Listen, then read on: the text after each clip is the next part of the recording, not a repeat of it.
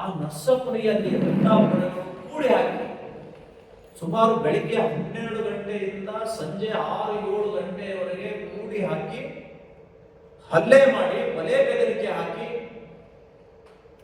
ಇದೆಲ್ಲ ಕಿತಾಪತಿ ನೀನೇ ಮಾಡಿದಿ, ಈ ದಂಡ ನೀನೇ ಕಟ್ಟಬೇಕು ಅಂತ ಹೇಳಿ ಒತ್ತಡ ಹಾಕ್ತಾ ಇದ್ದಾರೆ. ರಾತ್ರಿ ಹಾಕೋ ತಪ್ಪಿಸ್ಕೊಂಡು ಮನೆಗೆ ಬಂದಿದ್ದಾರೆ. ಇವತ್ತು ಅವ್ರ ಮನೆ ಎದುರುಗಡೆ ಈ ಟಿಪ್ಪರ್ಗಳ ಓನರ್ಗಳಿದಾರಲ್ಲ ಮತ್ತು ಅಲ್ಲಿ ಅಕ್ರಮ ರಚನೆ ಡ್ಯೂಟಿ ಮಾಡ್ತಾ ಇರುವಂತವರು ಆ ದಂಡ ಕಟ್ಟಿಸ್ಬೇಕು ಅಂತ ಹೇಳಿ ಭಯ ಹುಟ್ಟಿಸ್ತಾ ಇದ್ದಾರೆ.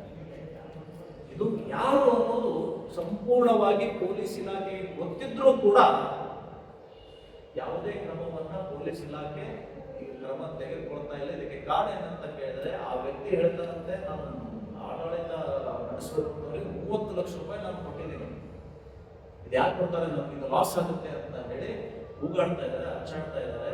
ಇವತ್ತು ಪ್ರಾಣ ಭೀತಿಯಲ್ಲಿ ನರಸಪ್ಪ ಅನ್ನುವಂಥವರು ಓಡಾಡ್ತಾ ಇದ್ದಾರೆ.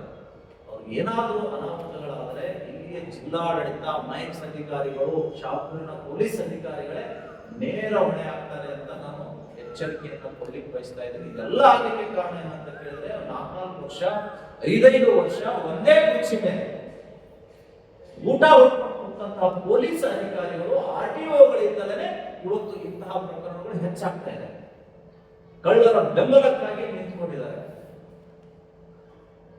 ಇದನ್ನ ಇವತ್ತು ಅಲ್ಲಿಯ ಮೈನ್ಸ್ ಅಧಿಕಾರಿಗಳು ಹೇಳಿದ ಹಾಗೆ MMRD ಆಕ್ಟ್ ನಲ್ಲಿ ಕೇಸ್ ದಾಖಲಿಸದೆ ಹೋದ್ರೆ ಈಗಾಗಲೇ ಈ ಪ್ರಕರಣ ನಾವು ಹೈಕೋರ್ಟ್ ಕಲಬುರಗಿ ಪೀಠದಲ್ಲಿ ದಾವೆ ಹೊಂದಿದ್ದೇವೆ. ಹೈಕೋರ್ಟ್ ಪೀಠ ಹೇಳಿದೆ ಇದು ಸಾರ್ವಜನಿಕ ಹಿತಾಸಕ್ತಿ ಆಗಿರುವುದರಿಂದ ನೀವು ಬೆಂಗಳೂರಿಗೆ ಅರ್ಜಿ ಸಲ್ಲಿಸಿ ಅಂತ ಹೇಳಿದರೆ ಇಲ್ಲಿಯ ಅರ್ಜಿ ಬೆಂಗಳೂರಿಗೆ ಟ್ರಾನ್ಸ್ಫರ್ ಆಗುತ್ತೆ.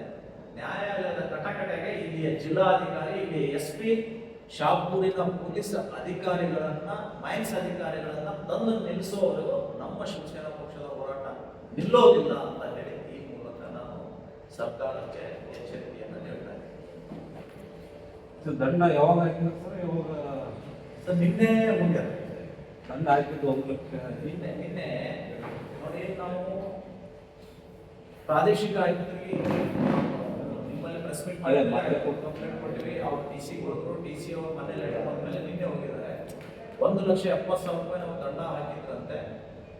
ಈ ಕೆಲ ಪುಡಾರಿ ರಾಜಕಾರಣಿಗಳ ಒತ್ತಡದಿಂದ ಅದು 50,000 ನಿಲ್ಲಿಸಿದ್ದಾರೆ.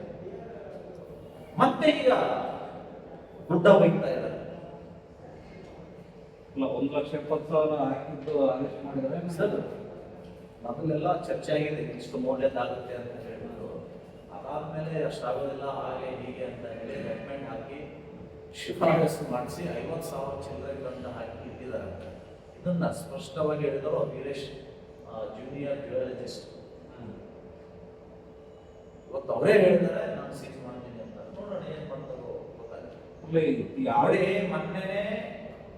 ಮಾನ್ಯ ಮುಖ್ಯಮಂತ್ರಿಗಳು DK ಶಿವಕುಮಾರ್ ಅವರು ಸಂಪುಟ ಸಭೆಯೊಳಗೆ ಸ್ಪಷ್ಟವಾಗಿ ಅಧಿಕಾರಿಗಳಿಗೆ ತಿಳಿಸಿದ್ದಾರೆ, ಅಕ್ರಮ ಮೈನಿಂಗ್ಗಳು, ಅಕ್ರಮವಾಗಿ ಮರಳು ಸಾಗಾಣಿಕೆ ಯಾವುದೇ ನಡೀತಾ ಇದ್ರೆ ನಮ್ಮ ಗಮನಕ್ಕೆ ತನ್ನಿ ಅಂತ.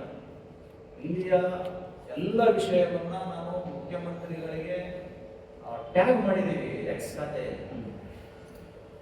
ಮತ್ತೆ ಸರ್ಕಾರ ಅವರು ಚುಪ್ ಮೇರಿ